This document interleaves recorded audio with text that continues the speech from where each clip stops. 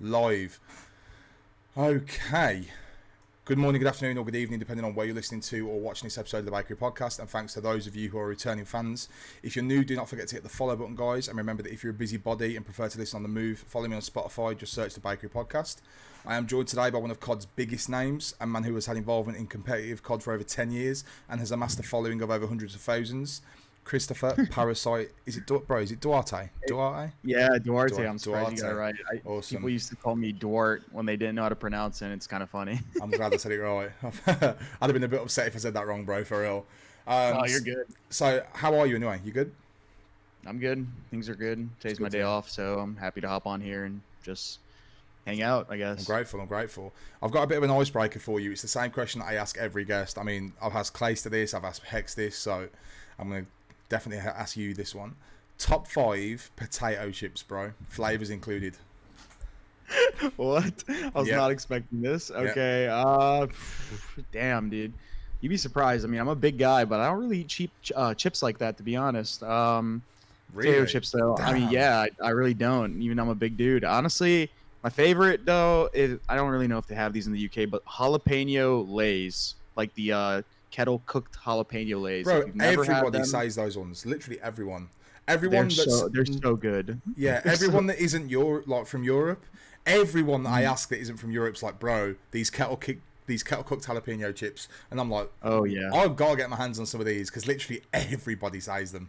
Literally. Yeah, no, they're so good. And then I'm Hispanic, so I mean, I'm going with the Doritos salsa verde, the original nacho cheese. What else we got on here? Shit.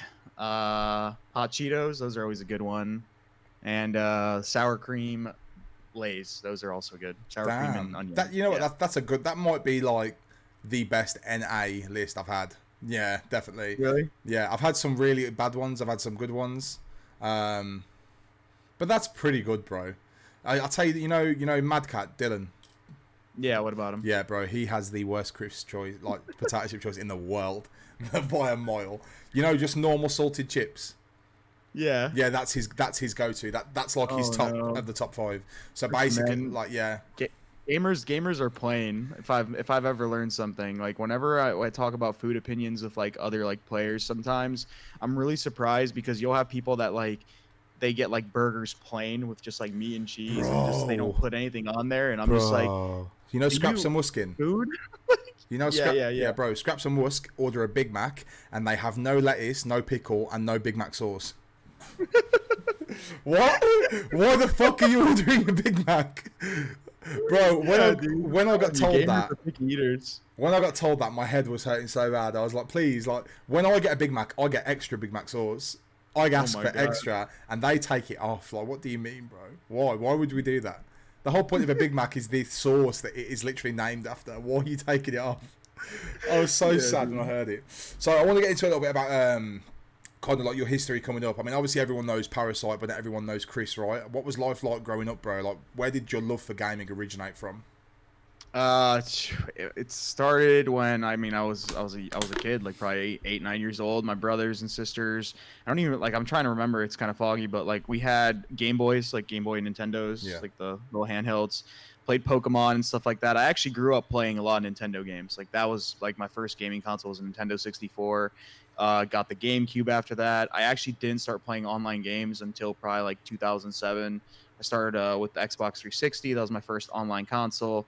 Started playing, games like Gears of War, Rainbow Six, and then Modern Warfare, or the Call of Duty 4 Modern Warfare came out, and I was just mind blown at the time. I was like, oh my god, the graphics are so good, and oh, this looks fun. And then I ended up getting that, playing online, and then it's kind of just how I started with Call of Duty. Awesome. I mean, like when you were younger, were you always competitive at all? Did you have like a competitive drive outside of gaming? Like, were you kind of sports focused or?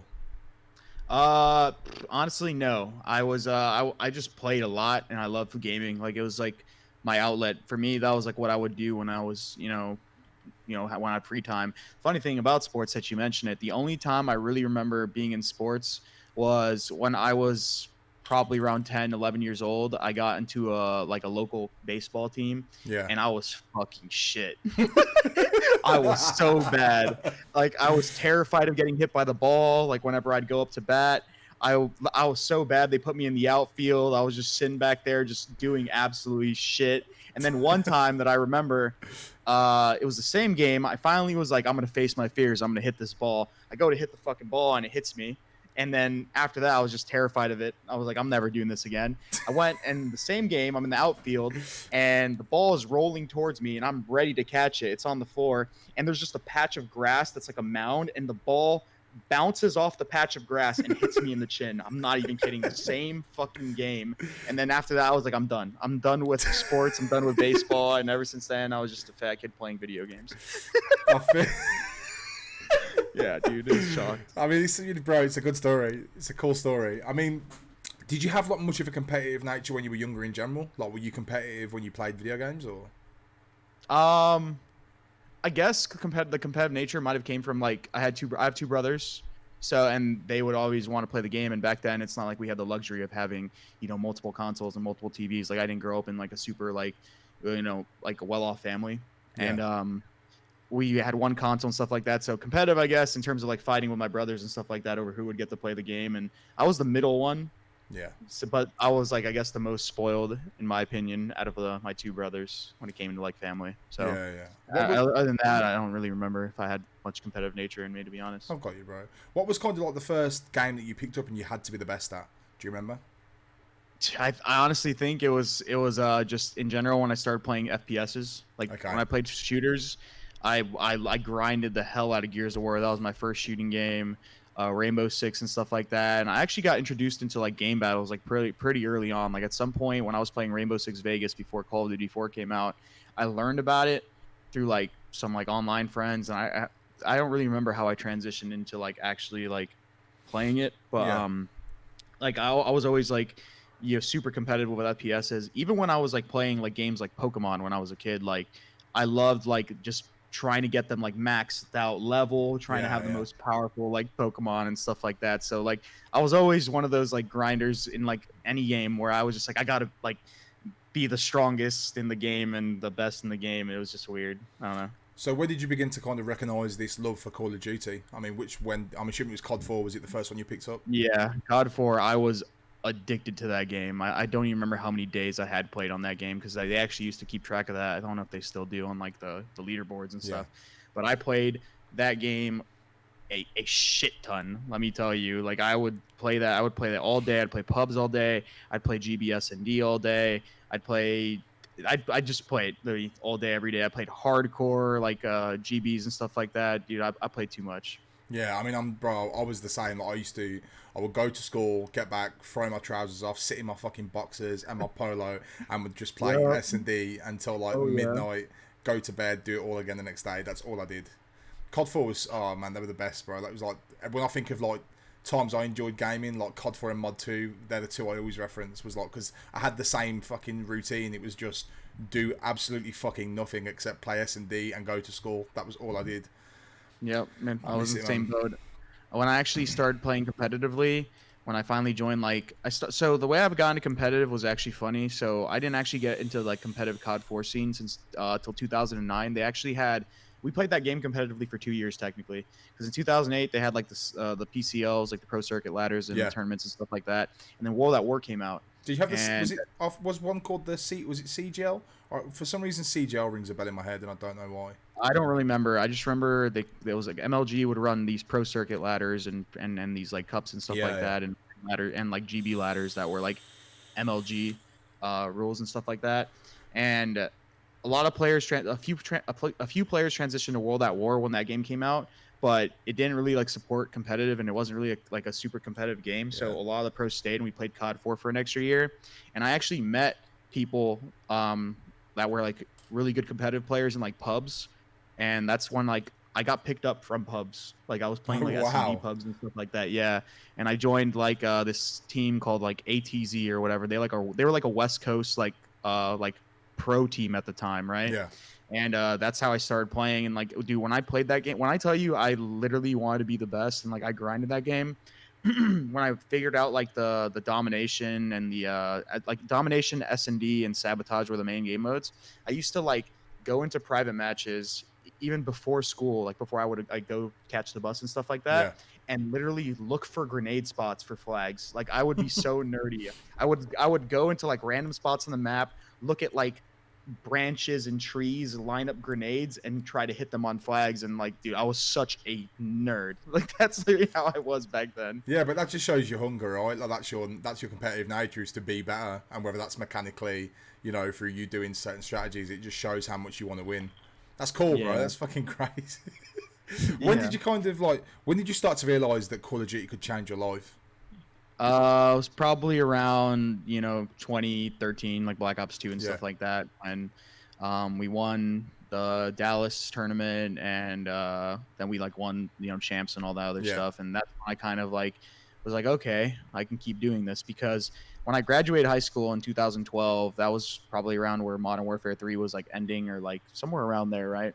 And until then, after that, like that's when I started streaming too. Like in 2012 is when I started streaming, and I was like, I'm gonna try to take a year off of like school before I go start college and see where this takes me. And then Black Ops 2 came out, and all this stuff got announced. I could finally play at champs and stuff like that, because I wasn't 18 in Modern Warfare 3, so I couldn't play at COD XP. Yeah.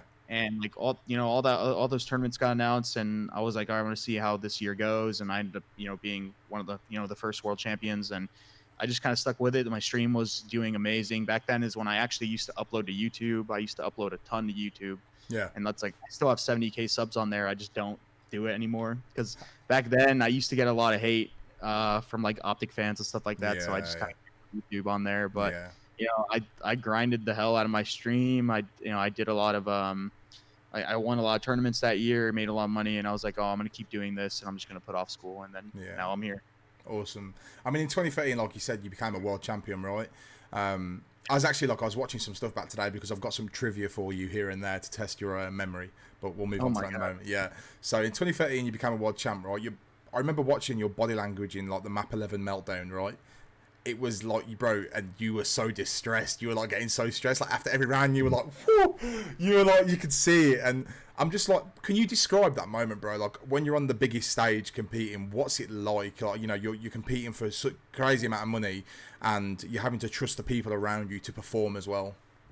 Oh yeah, no, I mean, I still get stressed out like that in like these tournaments. Like if you watch my stream during any of these cups, and we're playing some search rounds, and we're playing S&D tournaments, and like, or not S&D tournaments, but the S&D matches in like these cups, and like I mute the comms and I block out the mini map, but like you can still see my camera and you can see the gameplay. And like after some rounds, or we lose some rounds, I just like I get stressed, bro. Like it's so frustrating. Like Call of Duty or just any team-based game like this is just so frustrating, because like even in search, like it's just in search in general, like you'll die in a round, right? And you'll just be spectating your teammates, and you're just like, oh my God, what's gonna happen? And then just seeing a choke, or seeing like something like bad unfold, like it just makes your eyes just like light up, and you're just like, oh my God, no fucking way. It's super stressful. And although I can't really recall the feelings that I felt then, like, dude, I can only imagine. Like, and I used to be really cringe. Like if I actually went back and watched my YouTube videos, like a few weeks ago, like my old YouTube videos on like from Black Ops 2, from other games, and my sense of humor and my voice and just the way I like talked, oh my God, dude, it was so bad. Oh, bro, like, that's everyone though, right? I understand like why I was so hated, and like why people like see me like as a freaking douche, bro. Because I was the same. Everyone was like that, bro. I went back and watched, and I was like, "Oh my God, dude, what was I?" Bro, if you go back 7-8 years, I had my lip pierced, like all my ears pierced at the top. I was like rocking like some crazy cut where it was just a line down the middle and a comb over, and I was the biggest fuck boy walking, bro. But why are you explaining my hair right now? No, I'm kidding. No.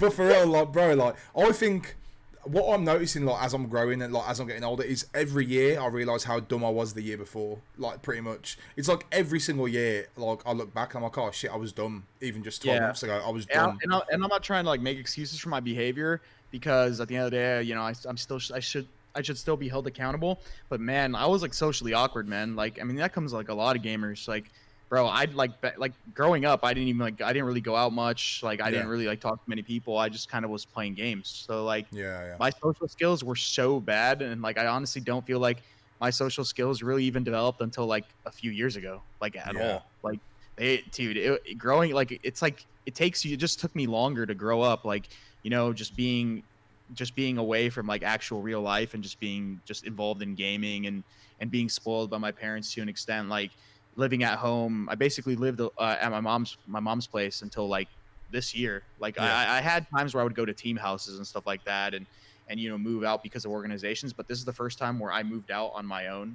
So like the responsibility was, you know, even higher than, you know, it was living alone in like a team house and stuff like that. Yeah, I can imagine, bro. I've actually asked that question quite a lot to people about like feeling kind of like a sense, sorry, of social anxiety, because I know a lot of people, especially that, you know, chase COD as a living and try and make this a career, spend most of their time indoors, right? And a lot of this time is spent on a monitor with no real connection.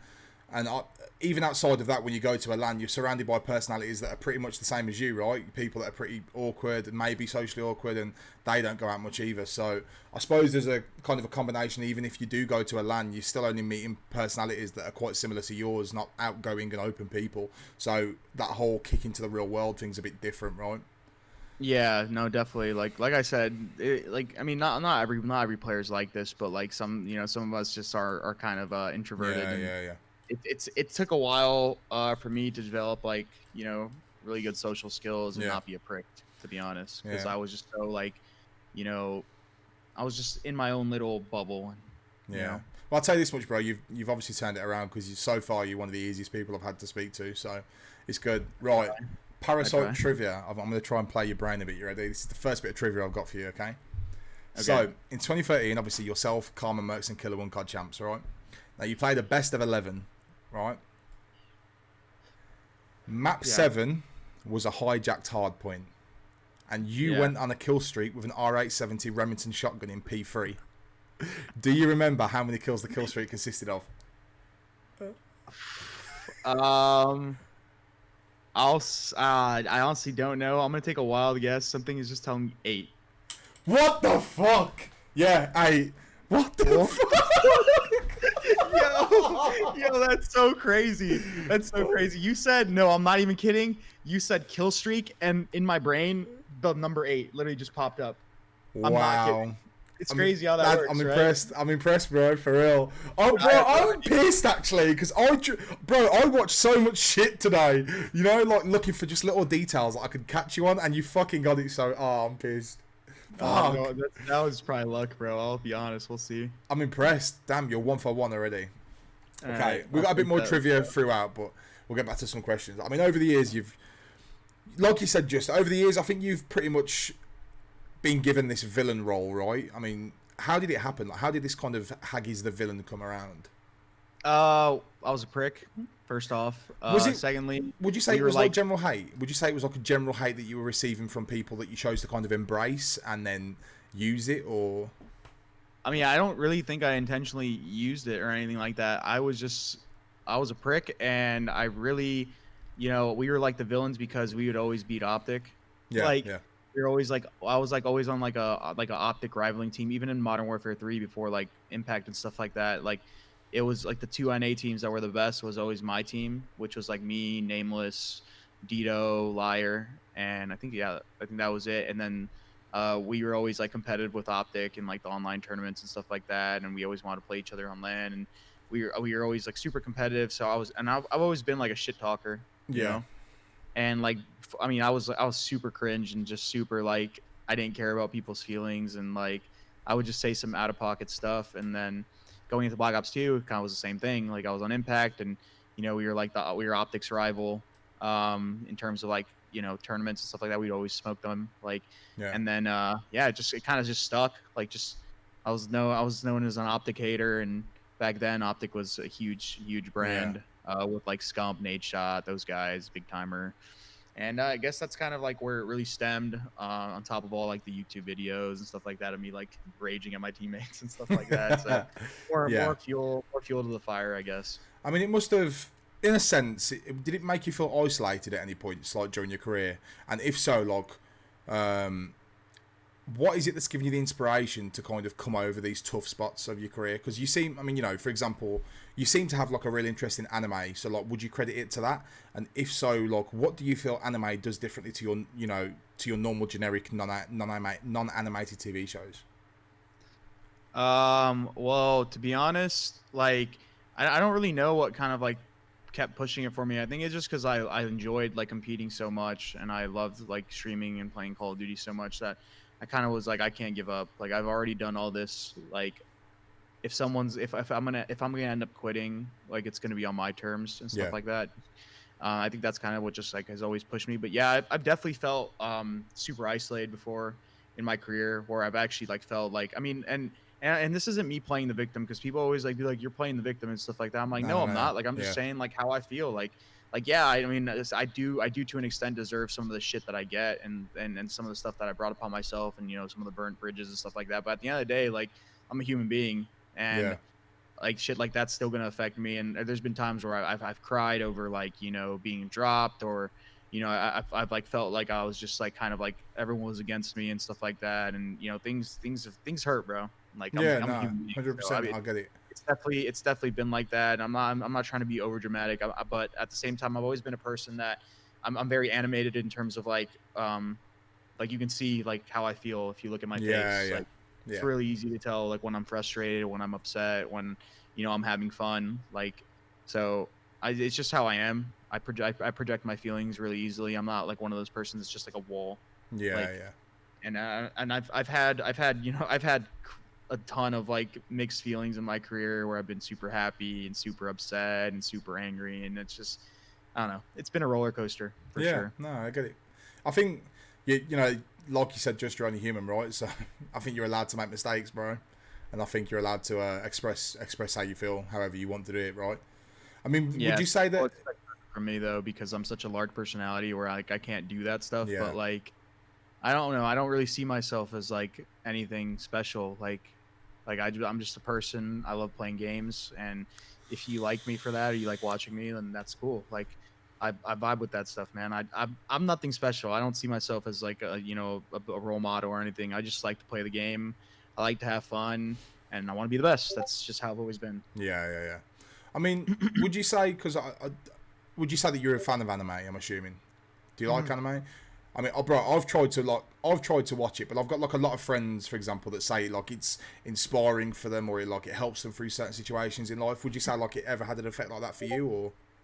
Well, yeah, a little bit, I guess. I do enjoy watching anime because there's always, you know, there's just like those the redemption arcs and stuff like Yeah, yeah, that, you know, where the hero fucks up and then he just comes back, or just in general, like if you go look at like you know like these traditional like animes where it's like, oh, you have this guy, he starts off kind of weak and then he gets stronger and stronger, then he gets beat up, then he comes back stronger and stronger and beats that guy up, and it's the same repeating process. yeah, You never get tired of watching that stuff because it's yeah, always it's inspirational, but it's also just like it's cool to see people overcome like the obstacles that they you know they yeah, yeah. encounter in life and stuff like that. Have you ever felt like you could relate to one of those characters, or?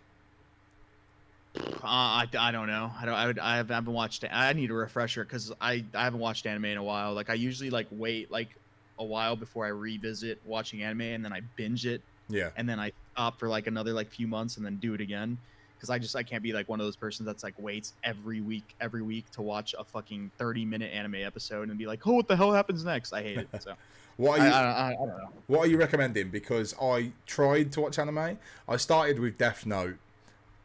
Death Note's Fucking, a good one to start with. bro, I fucking hated it. Really? Why? Yeah, because it's so like dark that it's like almost depressing to watch.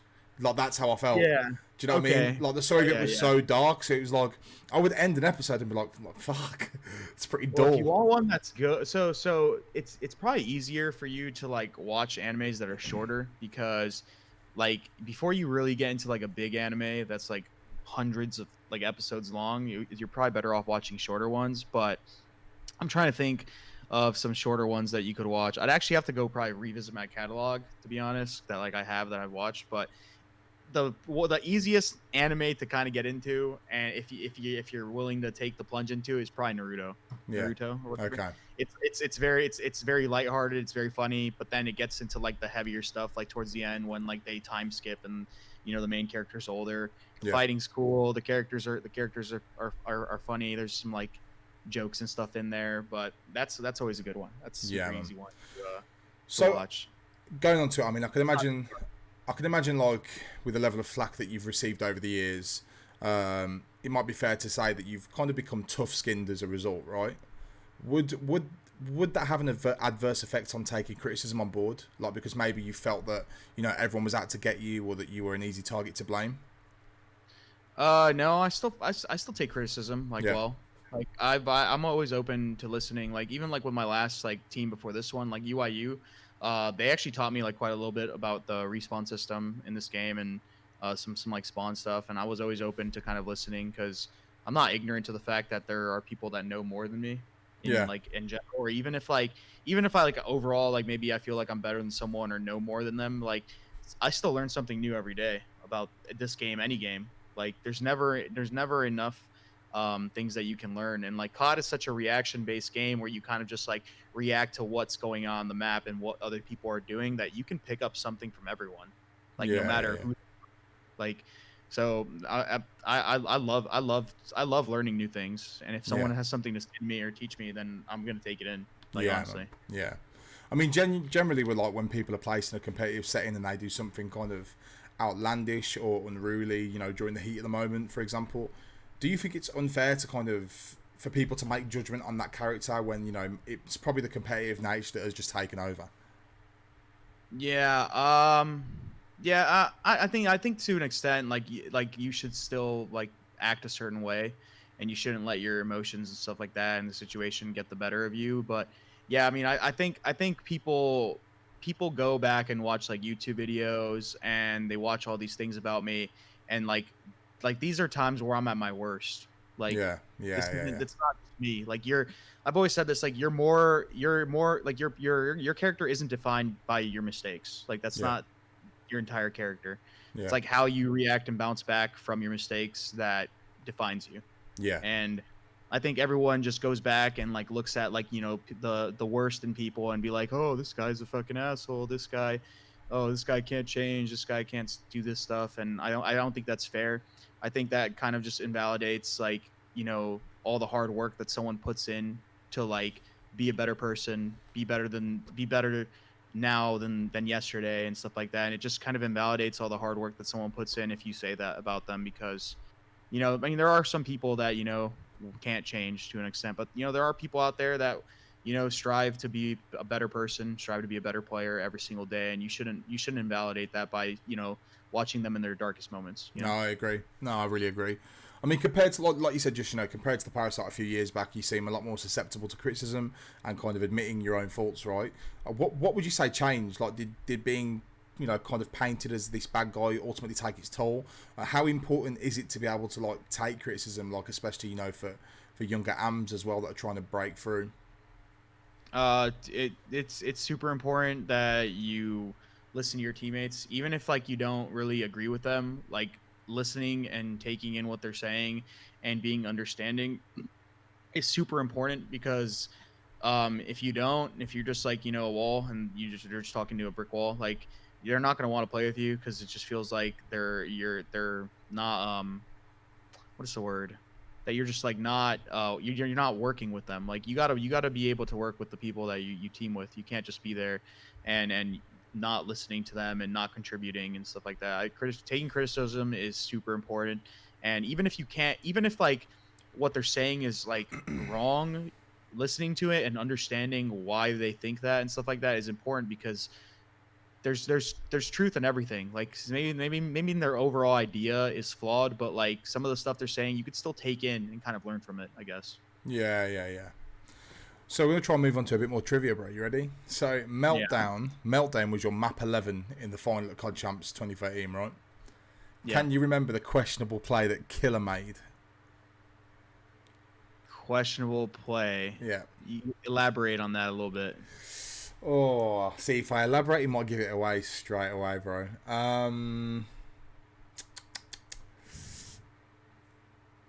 Oh, it's difficult to elaborate on. Like, okay, was it like an offense or defense? Give me that. It was a defense. Defensive round, dude. Oh man, I don't remember. I don't remember this one. I gotta hear this one. Do you not remember he jumped out the map after the bomb exploded, bro? Oh my god! Yeah, I remember. I remember he jumped off the map after the bomb blew up for no reason. He thought it was like. I was like, I actually do remember that now. Bro, on like on the stream when you look back, you and Karma just look across like, what the fuck? Like, bro, you both just look at him so fast, like, what the fuck did you just do? And he's looking back like, what? Oh, right, it's so hilarious to watch back for real. Like, watching it's it's so dumb. This guy just like, he gets one kill, it's 1v2, he just tries to chase one, runs back and jumps out the map. Oh, dude, I can't. I remember that, but like, dude, the funny thing is, so much shit like that happens in COD in general, even like at the smaller like scale in the amateur scene. Like, and like I've had some pretty stupid moments where I've just done dumb things, and even stuff that like is at a tournament but at a game. So like, okay, for example, I was so focused at a tournament and like super like into the game that. At a tournament, I'm not even kidding. So for that match, we switched up our seating order, and I was sitting on the edge instead of the center. And I'm so used to going like this and fist bumping my teammate during like a round or something like that. And I was on the edge, right by the ref, right? And we won like a round, and I was so like into the game that I did this again. Yeah. And I looked over to my left, and there was no one there. It was a ref. And then the ref came over and was like, oh, and he gave me a fist bump, and I was like, dude, I just fist bumped the ref mid-round or after the round ended. I was fucking like, dude, stuff like that happens all the time where people are just so like into the game and so like focused that they just like make stupid play or just do something funny. Like that's actually comedy though. Yeah, I feel I want to try and, I mean, if you don't mind, I want to try and touch on like a recent event. It's up to you if you want me to go into it, with obviously Zaptius. Oh yeah, that's fine. I don't care. So, basically, bro, I just want to know what happened. I mean, was it more of like just a, I haven't busted a nut and I've got, I'm thinking with my dick, or was it like? No, okay. So hold on. This is actually the funny thing. Would you actually believe that I don't even remember like actually doing it? Like that's how like stupid it was. Like it was almost like one of those things that I wasn't even like thinking. Like it was almost like I turned off my brain entirely. Yeah. And like.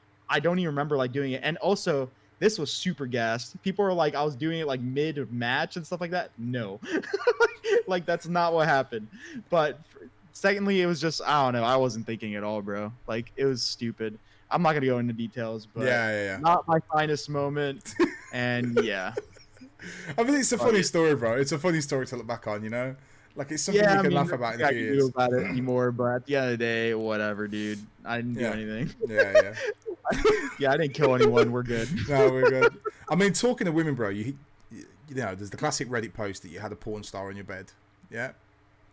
Oh, yeah. How did that happen, bro? Bad. How did that happen? Well, she was in the community because like I was friends with her. I met her through like Twitter. Like she was like friends with like Fizzerp and stuff like that, and we started talking and stuff like that, and we started flirting and stuff like that. Oh shit! Exactly, yeah. And then she ended up coming over, and we were going to what is it called? We were going to dinner at like a certain time, I think. And we had time to kill, so I was like, I'm just gonna turn on the stream and I'm gonna play some games and get my stream popping. And everyone guesses like, dude, you got a girl in your bed, you're not doing anything. Like, what am I supposed to do? Shag her on stream? Like, what do you want, dude? You fucking perverts. It was super gassed and fucking banter, and like I just didn't care because it was honestly hilarious. But yeah, fuck me, man. For fuck's sake, bro. For real. Dude, they expect me to make a porno on stream for them. Like, what's wrong? It's a crazy story, bro. For real. Yeah, no. I don't know. You'd be surprised. Like it's not like I pull a lot of women. Like I've only ever had like 2-3 girlfriends, but I'm actually usually surprised with like the women I do end up like dating and stuff like that, or just having some sort of relations with. I'm just mind blown. I'm like, I'm not the most handsome guy. I don't know what the hell's wrong with me or how I do it. Like I surprise myself. Not even like trying to gas myself or anything. It's just mind blowing. I'm just like, I don't know how this happens. How do I get into these situations? Bro, I mean, like, it's fucking hilarious. Like, would you ever date a porn star? No. No. That Fuck okay. no. Why not? Maybe if it was in her past life, then maybe. Yeah. What about bro? Would you date Lana Rhodes? I don't even know. Let me look this up.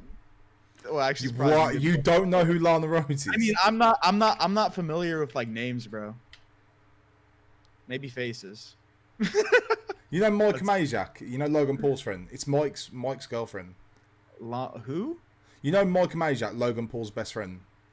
Yeah. Yeah, it's his girlfriend. Really? Yeah. Oh my, yeah, she's bad, but is she still doing porn? No, bro. She did it for 8 months and then never did it again. But she's like so rich off just those 8 months, bro. That holy shit. Yeah, I mean, if she's not doing any more, then yeah, I'd probably date her. But Jesus Christ, bro, she looks fucking like she's attractive, but damn, she looks fake, bro. Like, holy shit. God damn. Right, I'll try and get us back onto some COD, bro. Back on track. So, what do you feel kind of is currently holding you back from joining a CDL team?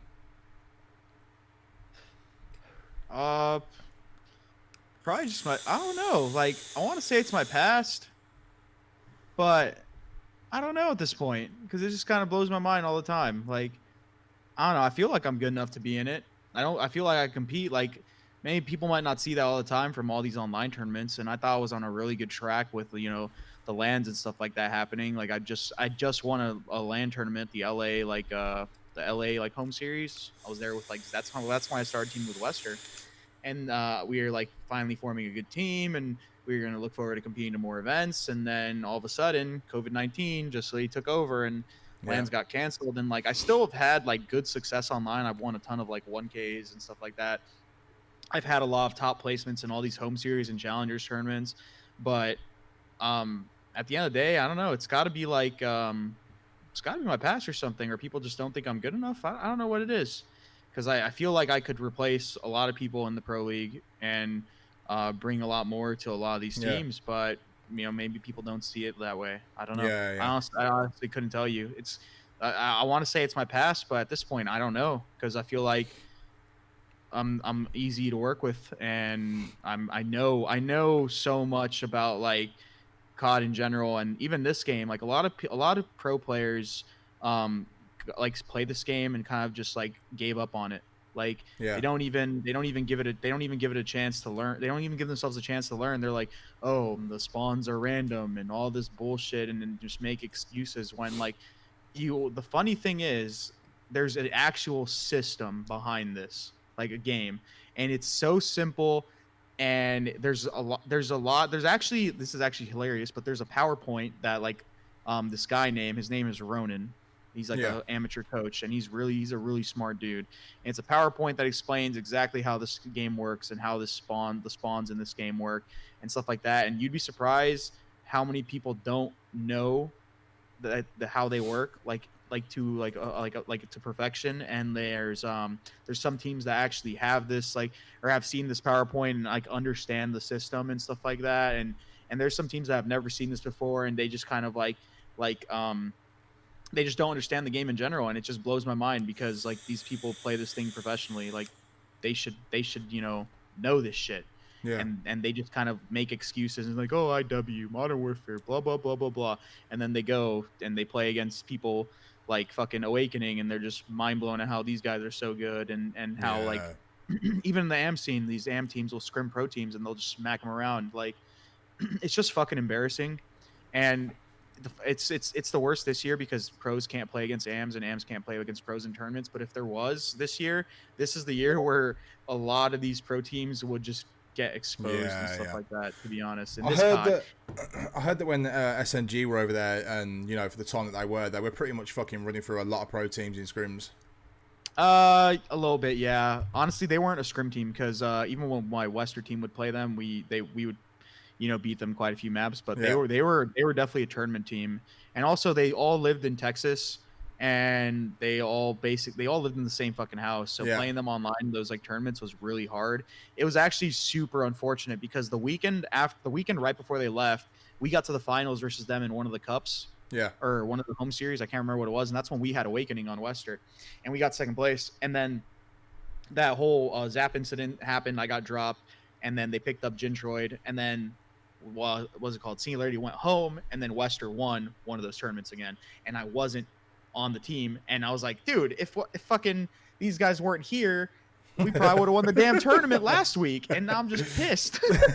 Yeah, it was so demoralizing. I mean, bro, from experience with Awakening, I mean, obviously there's been some speculation around him cheating and all this bullshit. I mean, what are your thoughts on that? He doesn't cheat. He does not cheat.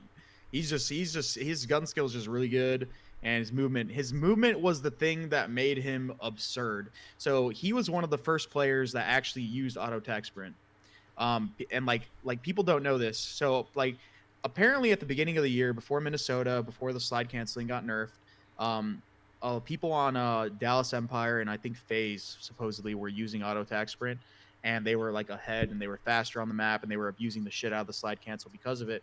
And people made up this shit where it was like, oh, auto attack sprint isn't good on land because you can pre-aim more and slide canceling isn't as good or whatever. So everyone took it off.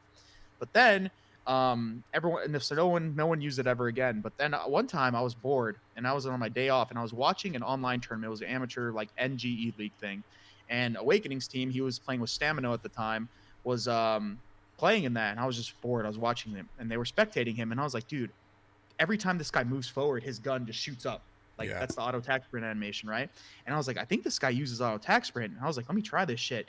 And I was like, oh my god, dude, you can move around the map and slide cancel and literally, it's like you're gliding around the map the entire time.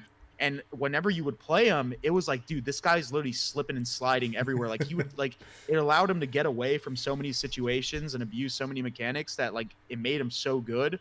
And that's when I was like, dude, this guy is literally a fucking tank on, at least online, right? Yeah. And then people always like go back and look at his LAN results, and I was the same way, and be like, oh, this guy's a joke or whatever, an online warrior. But at the same time, like he's never had, you know, crazy good teammates. Like he's always played on like lower tier amateur rosters. This is the first year where, I mean, obviously he's a pro now, but at the same time, like this is the first year he's played with actually really good like amateur players. Yeah. Like before that, he was playing on really low tier amateur rosters. Even going into the first event of this year, he's playing on low tier amateur rosters. And this is the thing that I've always said. And personally, I think taking over and like, you know, really like hard carrying your team is easier to do online than it is on LAN. On LAN, you can't do that because LAN is a lot more punishing. It's more of a team environment. So like it's harder to shine on LAN when you have a shitty team than it is online. And so that like now that he has really good teammates, I mean, we won't get to see him this year play on LAN, but like he's able to shine, do well, and he's playing with a really good roster in like Florida. So like I think his talent is kind of just being shown. And even online when he was playing on like Wester or playing with the 6G roster beforehand, like you saw that when he was playing with really good people, he shined even more than he would playing with those amateur teams. Yeah. So I mean, I think he's good. I think he's the real deal. I give him the benefit of the doubt, and we'll just have to see how his career unfolds, I guess. Yeah. I mean, I can imagine kind of being a top player, you know, for many years like you have, and you know, you were, you know, playing at the highest level as a pro, and obviously, you're now competing in the AM bracket. Is it frustrating for you? Like, how do you maintain motivation? Yeah, no, it's definitely frustrating having to bounce team to team or find, you know, the best amateur players, because it's very hard because there's not a lot of good players that have like the ability to be like at the pro level, or there's not a lot of players that are even like competent or like in every game mode, and it's super frustrating, to be honest. But like I just kind of like sat myself aside and told myself, I'm like, you just got to work with what you got and make the best out of the situation that you're in. And that's just the mindset that I've gone into. And literally every single team that I've been on, even if I've been on the team for a week, when I was like looking for an actual set team and I was playing with a pickup team for tournaments, I got on every single day with those pickup teams, scrimmed every single day, put in all the extra time, went to private match, you know, started talking about strats and stuff like that, being as prepared as I possibly can for these tournaments. Like, I don't know. I don't really know where I kind of got the, get the drive for it, because a lot of people, I feel like in my position, you know, going from like the tippity top of the mountain to like the bottom of the barrel, like would have given up by now. But I honestly don't know. I just made that commitment to myself where I'm like, if I'm gonna quit COD or if I'm gonna I'm gonna retire in general, like it's gonna be on my terms. Yeah. I'm not letting anyone tell me no. I think, admittedly, bro, like that's one thing that I must like commend you on is like your tenacity. You know, in which like no matter what your position is, you're always willing to kind of put that grind or put the time and the effort in. Have you always been that way? Yeah, no, definitely. I play a ton of Call of Duty. I stream a ton. I don't sit there and just give up and just do nothing. And I don't know. Even when I was playing other games, like I was playing Apex Legends for a while. Yeah. When I was on like before I joined Midnight and Black Ops 4, I played that game a crap ton. I just love grinding video games. I love trying to be the best, and I want to make my career in esports long and successful. I don't care where it is that I have to go or what I have to do. Like I'm gonna put the time in, and I'm gonna make that commitment to myself and my fans that want to support me. That I'm not gonna give up unless it's on my terms. Yeah, I rate it, bro. I really do. It's a great mindset. Out of kind of, out of the four Farico members that won COD Champs, what do you think Karma kind of did differently to the rest of you guys? Because I mean, obviously Karma went on, to go on and he's became one of the most winningest players in COD history, right? Has it been, why do you think that is? What was different about him to the rest of that roster? Well, for one, he got out of the circle. So like Killa and Mir teamed together for like way too long. Like Yeah. Mir never got the opportunity to like expand his circle of players and expand, who he teamed with and stuff like that. And he could have been like a similar scenario because he was very good at that time. And then Killa obviously also didn't do that, but he just kind of like I don't know, he teamed with the same circle of players and then just kind of had other things outside of the game. Like he had like a kid like pretty early and stuff like that. Yeah. So he had his distractions and stuff like that. And then, well, me, I broke out of that circle, but the problem with me was I was just, a loudmouth. And Yeah. Karma was quite the opposite. Karma was always more like reserved. So he Yeah. never really like burned any bridges, never really, he just kind of like kept to himself and stayed on track and just kept playing. And I think that's probably the main difference between me and him was like I burnt a lot of bridges and he didn't, because I still feel like I had the talent. Like it was always me and Karma. Like me and Karma were the best players on that team. And if I just wasn't such a douche, I probably would have been in a very similar spot. I feel you, bro. And even now, like even with like Damon and like Black Ops 4 and like the games where he started to kind of like fall off and like lose his drive and stuff like that, like I always still felt like I was like up until probably like Black Ops starts around the tail end of World War II and like Black Ops 4, I was like definitely the most like talented like from that Impact roster. Like after IW, Damon started to like fall off and stop like trying and like lost his drive and stuff like that, and then I kind of just overtook him as like probably the most talented from that like group of players, but I obviously didn't get the opportunities anymore. So I mean, has it been difficult to kind of see that old colleague of yours retire? I mean, obviously he's announced his retirement, so yeah, no, it was tough to see because we had a conversation a while back that like we talked about it. It was I told him where before he retired that we would team one more time, and we never got to. So I was pretty sad about that. There was actually a point in World War II where he stopped, like he quit in World War II. He quit from Optic for a while before returning to Black Ops 4, where he was actually going to go to Champs with my Ghost Gaming team, just like to go. Like we were going to like pick him up for it. And he ended up not wanting to do it, but like there was a chance right there where we were actually going to play together again. So it's interesting you say that, because when I asked Clayster about like the whole Karma retiring thing, he said like what annoyed him the most is the fact that in all his time competing, he never got to team with Karma.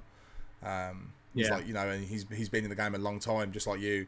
But he says like one thing that does like really like annoys him the most is that in all this time in COD, he never teamed with Damon.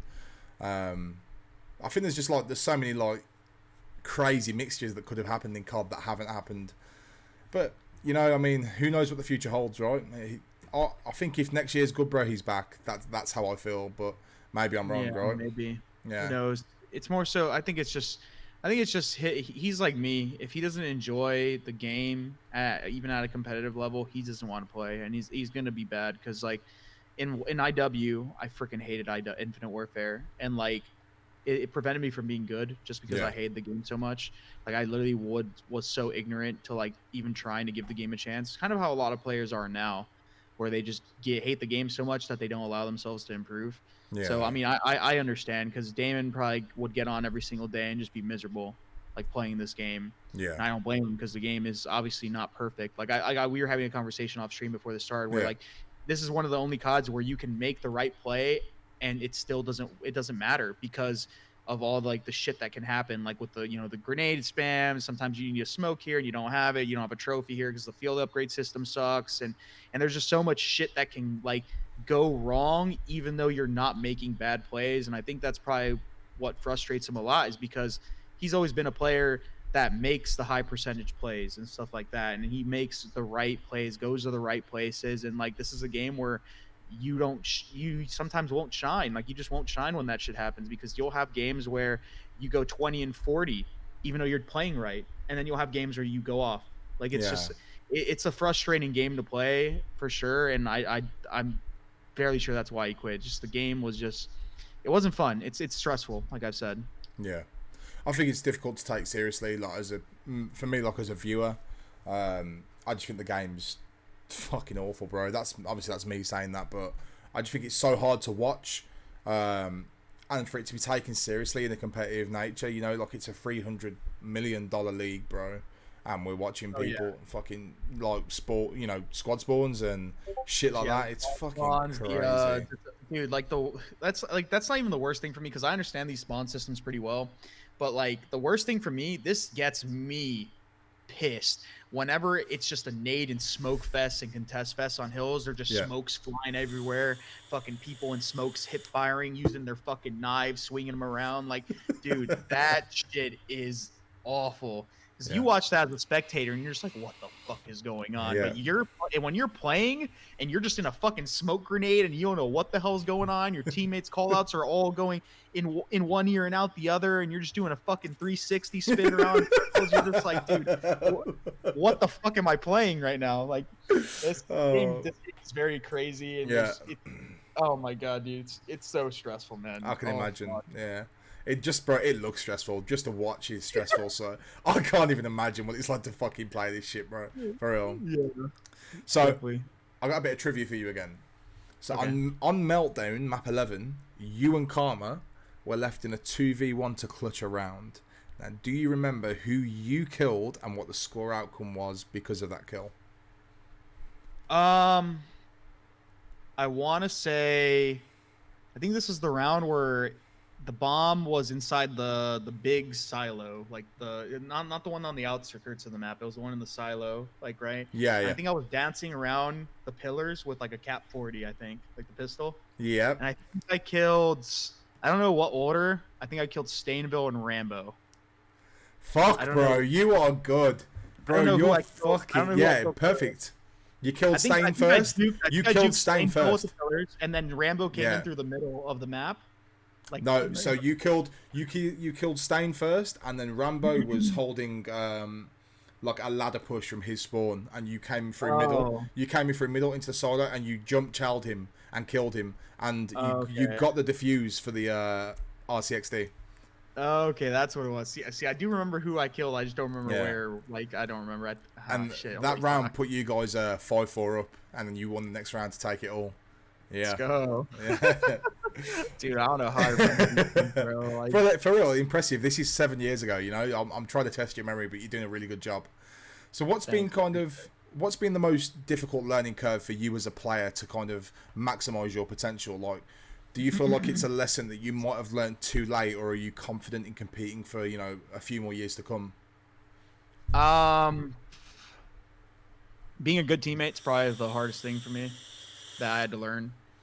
Just being more receptive to like other people's criticism, or just in general, just listening to other people and what they have to say and being understanding, and not getting pissed because somebody isn't perfect and making bad plays and stuff like that. Because I mean, I'm also the same. Like I have bad games. I make bad plays, and like at the end of the day, now like I don't really get mad as much at my teammates anymore, because there's a lot of things that I could have done better in the game too.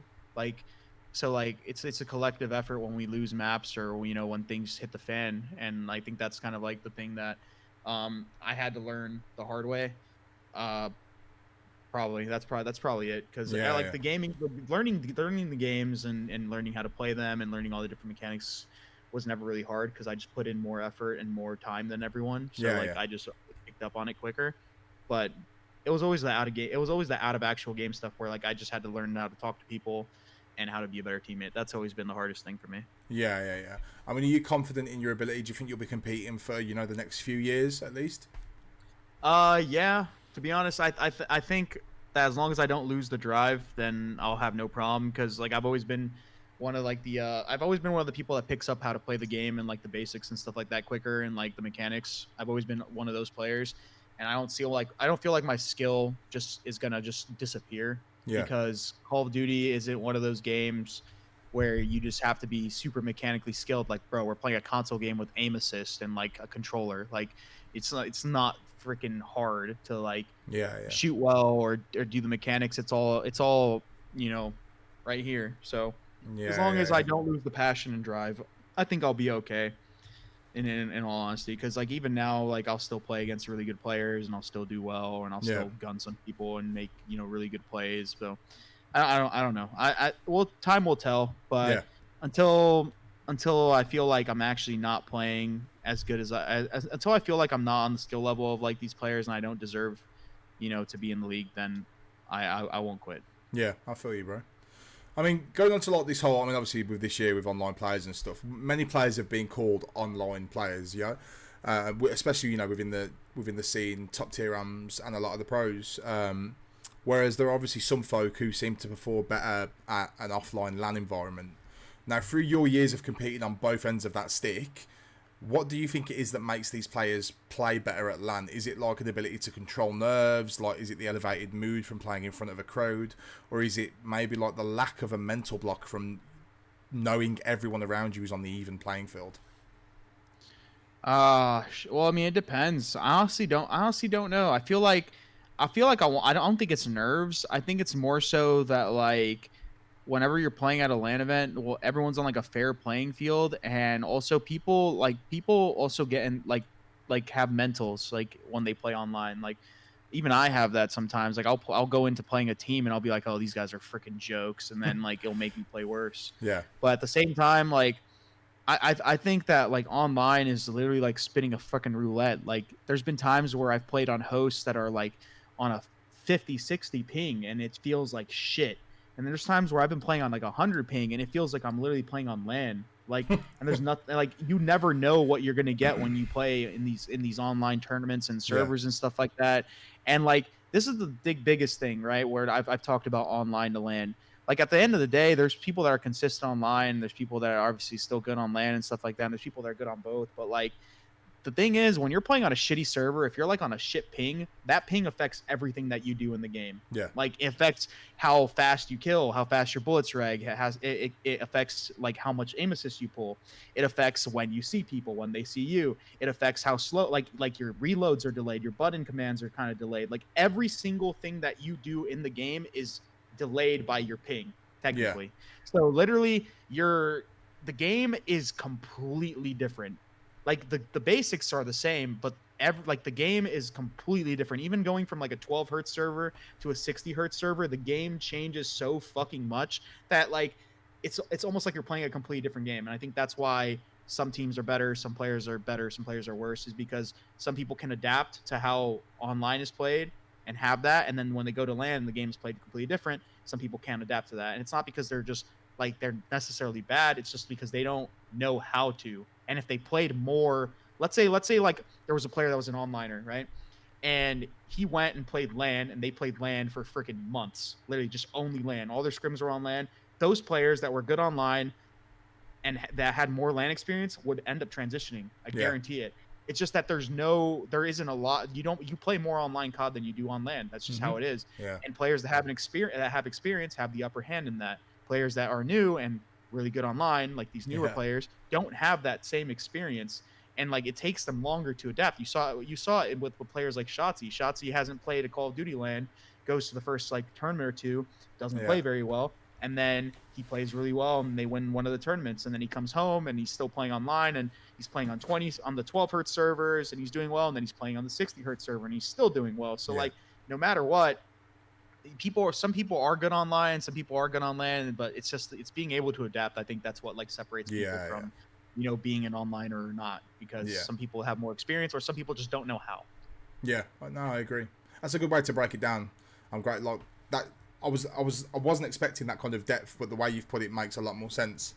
I mean, you seem to be very vocal, and you have a lot of input on pretty much every team that you play on. You could pretty much say that you take on like an unofficial leader role. So being the leader type, what's been your biggest pet peeve amongst players in your teams? Wait, so repeat that one more question. I kind of just like zoned out. Yeah, no problem. So I mean, like, obviously you've always been vocal and you have a lot of input on teams that you play on, right? And you could say you take on this unofficial leader role. But being that leader type, what's your biggest pet peeve that amongst the players in squads that really kind of annoys you? Where people don't get like the concept and like they like listen but they don't apply. I think that's probably the worst, because there's players or there's concepts that I've like told people where like you say it once and you say it twice, you say it 3 times, you say it 4 times, they still don't understand it. Yeah. And you have to go about a different way of trying to explain it, and you hope that they still understand it and apply it. But like it's hard being a leader, because like for me, having a lot of experience under my belt makes it really easy to apply concepts to multiple situations, because in Call of Duty you never get in the same situation every single time. You get into situations that are very similar to each other and kind of the same play, but they're not exactly the same. So certain players that don't have the experience, they'll get into that one situation. You broke it down to them on how you should have played it, or like, well, better way to play it. But then they'll get into a situation that's very similar, but it's not exactly the same, and they won't know what to do because they can't apply what they learned here to there. And it's just, that's, I think, like the hardest thing, because I'll just be like, if you were in my head right now, or you had my brain in the situation, like you understood what I was talking about. And it's just, it's so hard to like, to see that and try to like be patient with people and, keep helping them. That's like probably the hardest thing. Cause like, again, you don't even have time to like sit there and work with players right now. Like there's a tournament every single weekend, and like, there's so much money on the line. It's so hard to kind of just like sit there and like, get through to people in such short time sometimes. Yeah. I mean, experiencing both, the pro circuit for as long as you have, and now obviously the AM scene for the time that you have, what are the biggest differences between the two? I'd probably say there's less egos in the AM scene, surprisingly. Wow. Like, yeah, like the pro scene is very, very hard-headed, and everyone feels like they know what they're doing. Yeah. That's probably the biggest thing that there is. The pros are way less susceptible to criticism than the AMs are, and I guess that kind of makes sense. Or maybe it's just because the AMs not so much look up to me, but they kind of respect my opinion more because of my experience in like my past. Yeah. And the AMs are not the AMs, but the pros all kind of have either more accolades, same experience, more success, that it's kind of harder for them to like sit there and be like, oh, Chris, you're right. Yeah, like, You know what I mean? And so I think that's probably what it is. But either way, I think the pro scene just has huge fucking egos. Like it's bad. Like people can sit there and get smoked every single fucking day, and they'll still have big heads. Like I don't understand how you do it. Like I don't understand how you can sit there and act that way, like you're a big shot, when you're just sitting there getting fucking pummeled by even AM teams. Like AM teams will get these scrims and they'll pummel these pro teams, and they'll still sit there and be like, oh, geez, online or whatever. But then they'll go to these lands and they'll play the other pro teams and they'll still get pummeled. Like I don't get it why people just make excuses and just have big ass heads in the pro scene more so than the AM scene, in my opinion. Yeah, I feel you, bro. I mean, people are quite critical, right? Like in regards to the AM scene mindset, at least like especially in Europe. Do you feel like the NA scene is similar? And if so, like, do you think it's gotten better over the years? I think, well, yeah, the AM scene is more laid back, and it's probably honestly, I don't know. I want to say that the AM scene is more toxic than the pro scene, but in reality, it's not. It's the pro scene is just more like conservative of like letting shit like this get out. Yeah. Like the lot of stuff that happens in the AM scene and like, you know, the drama that goes on there is pretty publicized. But a lot of stuff that happens in the pro scene, all the drama, it's like fucking high school in there. Yeah, I Like can it's really imagine. it's really bad, dude. Like people, dude, I mean, it's supposed to be professional to an extent. Like you're not letting all this shit get out, but dude, it's literally it's drama, fucking sitting there. It's fake as fuck. Like there's Yeah. people that literally just talk behind each other's backs all the fucking time. It's a fucking circle jerk, bro. I fucking hate it. Like I honestly, I think that's another reason why like I don't get along with a lot of like pros. I honestly have a lot more friends in the M scene. Yeah. Like I like talking to a lot more people in the M scene. They're a lot more real, in my opinion. I don't know No, if they yeah. just do that because, like, again, like they respect me and stuff like that. But it's just I don't know. It's super fake, and the M scene is way more drama filled, and or it's way more drama filled. It's drama filled, but it's always real, and people say shit to each other, and I don't know. It's Yeah. different. Pro scene is very fake. Yeah, I can But imagine. I suppose it's because a lot of people have an image to uphold, right? So, you know, everything's kept behind doors, and a lot of it's pretty snaky. As opposed to, I mean, the thing is with am scene is everyone doesn't give a shit. People will just put anything on Twitter, right? So at least a lot of the shit that goes on in the am scene you're aware of because people make it public themselves. yeah, no, definitely. Like I said, the pro scene, just you know, most of the community doesn't really know what the fuck is happening half the time, Were and there's you always intel were you accounts ever and stuff like that. backstabbed? But huh? Were you personally like kind of ever backstabbed in the pro scene? Uh, trying to think. Eh, not necessarily much, but I like know a lot of like shit that like people Yeah. say about each other and stuff like that. And I don't sit there and go snitch or anything. Yeah, yeah, But yeah. like, dude, there's so much shit that people say about each other, and so much shit that goes on that people don't say to each other's faces and stuff like that. And everyone just like acts like they're like, you know, the best of friends, and Yeah. it's not like that, to be honest. And I've always been very vocal, or like if I don't like someone, or if like someone like says something to me, I approach the issue really quickly. Yeah. I don't like to sit there and beat around the bush and let shit, you know, um like I don't like to take like keep stuff in. Like if I have a problem with someone or I have something to say, I'm gonna say it. That's just how I've always Yeah, yeah, been. yeah, yeah. I don't like being fake. So No, I've got you, bro. I mean, touching on a bit of Modern Warfare, like we did just, you know, as we know, there's some clear issues in the game. We already spoke about most of them, so I won't go into it too much again. What are you hoping for from the next COD? What's your biggest hope from the next title, bro? uh traditional spawn system, better maps. Uh I think one thing that I feel like is super underrated, that a lot of people don't really like actually like think about, is having a visually pleasing game. Period. Like you go and look at other like, you know, really big nice FPS esports. There's not a lot of clutter on maps. You play a game like COD and there's so much like just random shit on the map, Yeah, whether it's just like random rocks, rubble, buckets, barrels, fog, like random fog on the map, like just obstructions. Like, bro, that's not fucking competitive. Like, I'm trying to like spot enemies and like you can't even fucking see people because there's just all these random like objects on the map and shit yeah, lighting and stuff like that. Like, bro, I'm playing a shooting game where my objective is to fucking put my crosshair on a player and shoot at them, and I can't even fucking see the player. Like yeah, that's yeah, I think that's always been a huge issue in COD. There's just so much shit on the map. yeah, Like, bro, you go and look at like CS:GO and the maps are super clear. You go even like a game like Valorant, like it's cartoony at the end of the day, but like it's super clear. Players are easily fucking visible. There's not obstruction on the map. And then you go and play COD and you're like, dude, there's fucking windows and doors everywhere, bushes, boxes, poles, dark corners. Like, bro, what am I fucking playing, dude? Like, that's yeah. like probably one of the things I hate the most in Call of Duty, in my opinion. Would you agree that, I mean, because a lot of people have labelled this COD the worst competitive COD ever. Would you say it is? Do you think this is the worst competitive COD we've had?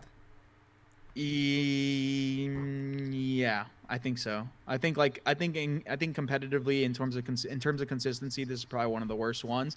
But one thing that I will say about this game, although the system is kind of flawed, there's a lot of things that you can do in this game to manipulate the spawns and manipulate the way the game flows that is way harder to master and way harder to kind of coordinate. that you couldn't do in other games that are like a lot more basic and a lot easier to kind of follow with like basic spawn systems that you would have in other CODs. This Got you. game, like the spawn system is so fucking complex that you can literally do some crazy shit that like it's impossible to master in the time that we have playing this game, to be Yeah, honest. yeah. Because like I know a lot about how this game spawn system works and stuff like that, and you can do some wild shit. Because I don't know if you've noticed, but like if you watch some pro teams play, some pro teams will like put another team in like a spawn trap for like 2 hills, like two entire hills. They'll have them spawning on one corner of the map, and the other Yeah. team can't get out. Like you can do some crazy shit where you can just blow out a team because of it. Yeah. And it's hard to coordinate, but you can. Yeah, yeah, yeah. That's the one thing I will say about this game. It's a very hard game to learn. So Yeah. like skill base, it might not have the most skill based mechanics, but like in terms of the way that you manipulate the spawns and stuff like that, it's one of the harder games to like do it perfectly. Do you play much Warzone? Are you a fan or? I play a little bit here and there, but the only reason I don't play it a lot is because I've played so many battle royales, bro. Like Yeah. I was big on playing H1Z1. That was like the very first big one. I played PUBG. I played Apex Legends. Like I played a crap ton of battle royales that I kind of had like a burnout from it, like where I don't find it as fun that playing it. And then also Warzone is just like, bro, once again, the game just has so many fucking bushes and buildings and windows and roofs that like that shit's fucking irritating because like I'm trying to fucking like when I played H1Z1 and Apex Legends and all that stuff, I would love running around dropping high kill ass games. Like that was like my favorite thing to do. In this game, dude, you're literally you try to run around, you're getting C4, rocket launcher, you're getting fucking beamed from 3 different buildings. Like people are camping in corners and buildings and like, bro, this is one of the like the more newbie BRs where like even if a player is less skilled than you, they can kill you like really easily. Yeah. In a game like H1Z1 where like I played that game on PC and mouse and keyboard and like killing someone, you can literally 2-tap them, literally 2-bullet them in the head. And it wasn't like fully auto, they were like semi-auto guns. And like in that game where if you had no armor or no health, you can still like just like kill someone because you were better than them and had way better aim. In this game, like if I have no armor, you just insta die to a fucking noob sitting in a corner and there's nothing you can freaking do about it. And I feel like that's why I don't like Warzone too much. I still play it here and there and I have fun here and there, but like it's just so noob friendly. Like I hate it. Do you prefer Blackout over Warzone? I didn't play much Blackout either. Okay. But if I had to pick one, I'd probably pick Blackout as well. Yeah. Right, I've got some questions for you from Twitter, bro. And I've got maybe 3 or 4 questions from Twitter and then one final one from me. So, at YouTube Joe asks, if you could join any pro team right now, who would you replace, and what are your decisions behind the organisation and that player?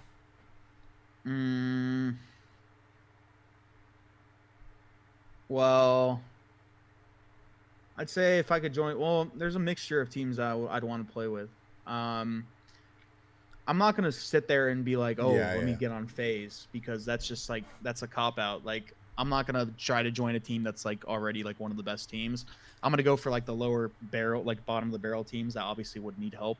So I'd probably say I would like to join Optic because they are kind of like an up and down team, and I feel like I could help them, reach their potential, because I feel like they're one of those teams that doesn't really understand the game and kind of just like gave up on it to an extent. And I feel like I could kind of help them, understand the game and, reach their potential, because they have way too much talent to be placing like shit. Yeah. And obviously I'd probably replace Chino, because Chino is the current sub on the roster. Yeah.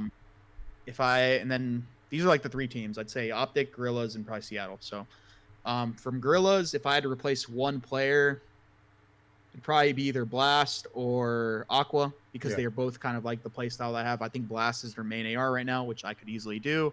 And then I think Aqua is a flex player, which again, that's what I do now in Challenger scene. So I could definitely also help them, but they've been improving and stuff like that. So we'll see how they develop.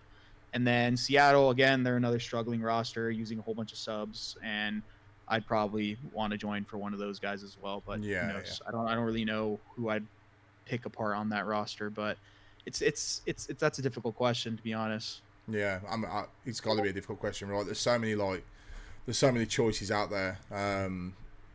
And I think, like you said, just I suppose like with your knowledge and the years that you've had, especially with like like you said, the detail that you go into to learn the game, I suppose there's almost like a fathering aspect where you want to go in there and fix the issues as opposed to just jump on the easy end and go with mutineers or huntsmen or fays, right?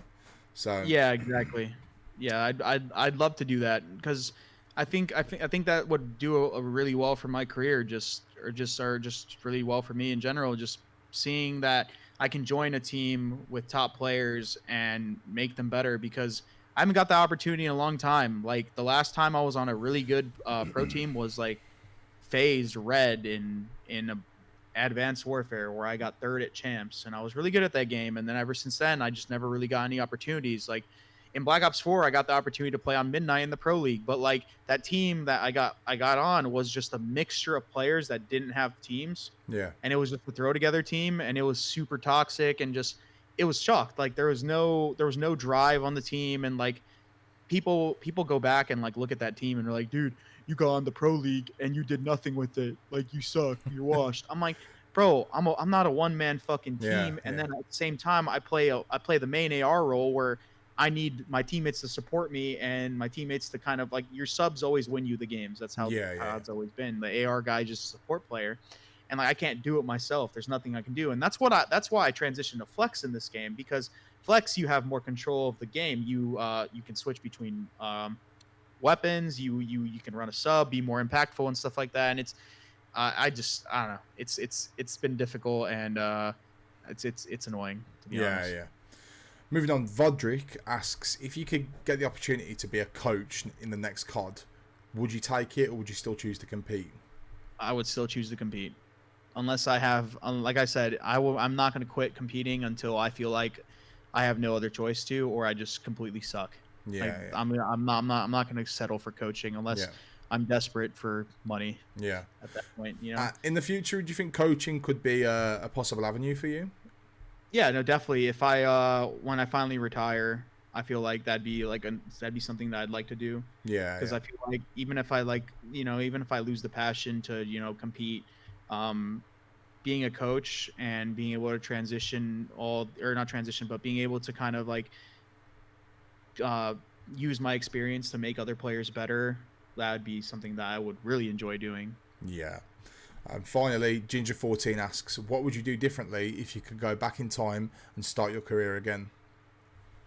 Be more quiet and be less opinionated because I feel like in this scene, if you don't agree with like the super popular people and stuff like that, and you go about it the wrong ways, like I did, you just get alienated and kind of almost like blacklisted from like the circle. I just would have been less of a fucking douche, in all Yeah. honesty. Okay. I think that's always been my biggest regret is just being a douche and being socially awkward and not knowing how to talk to people because that's basically what's hindered my the entirety of my career. Well, bro, I mean, I know this much. From speaking to you today, you seem like a really genuine and fucking cool dude to talk to. Do you know what I mean? So, Thanks, bro. I appreciate it. you've clearly developed over the years. Do you know what I mean? Final question from me. Is there anyone in the scene over the years who you'd like to kind of voice some appreciation to for kind of sticking by you in times that may have been hard? uh my fans, I guess. Like I feel like those guys are the main people. Like I don't think I like a lot of people won't go out of their way to reach out to me. Like even the pro scene, there's a few that do, here and there that are like I do consider good friends and that have always been like kind to me and stuff like that and understanding. But for the most part, it's always been my fans. Like I have people that have supported me through the highest of highs and the lowest of lows, and even times where my behavior has been unexcusable. They've sat there and like they've defended me to the end of time. And there's Yeah. people that I've had that have subbed to me for literally like years, like Yeah. 5-6 years on multiple platforms, on MLG TV, on Twitch TV. Like they've been supporting me for so long. Like Yeah. those are the people that I'm grateful for because those are the real ones. Like those are the people that have seen you go through the highs and seen you go through the struggles and seen you dig yourself a hole, and they still will support you and still Yeah. Yeah. they're real. They're real. They don't care. They know they understand that you're human to make mistakes, and those are the people that I really have to thank. That's awesome, bro. I think that's a great way to end it. That's all the questions that I've had for you. And look, I'm really grateful that you've joined me today, bro. I'm grateful that you've opened up about some stuff and just been honest. You know what I mean? Nathan, bro. Nah, no problem. Thank you to those of you that are listening right now live, and then obviously in the future to anyone on streaming platforms also. Is there anything at all that you want to say before we close off? I'd just like to thank everybody that came by to watch and support me and support the bakery. It was a fun time, and I appreciate everyone that stopped by, and I appreciate all the homies in the chat that I recognize. Sway, Behemoth. I know you guys are from my stream, and I appreciate everyone that came by, dude. You guys are awesome. Stewie, my guy.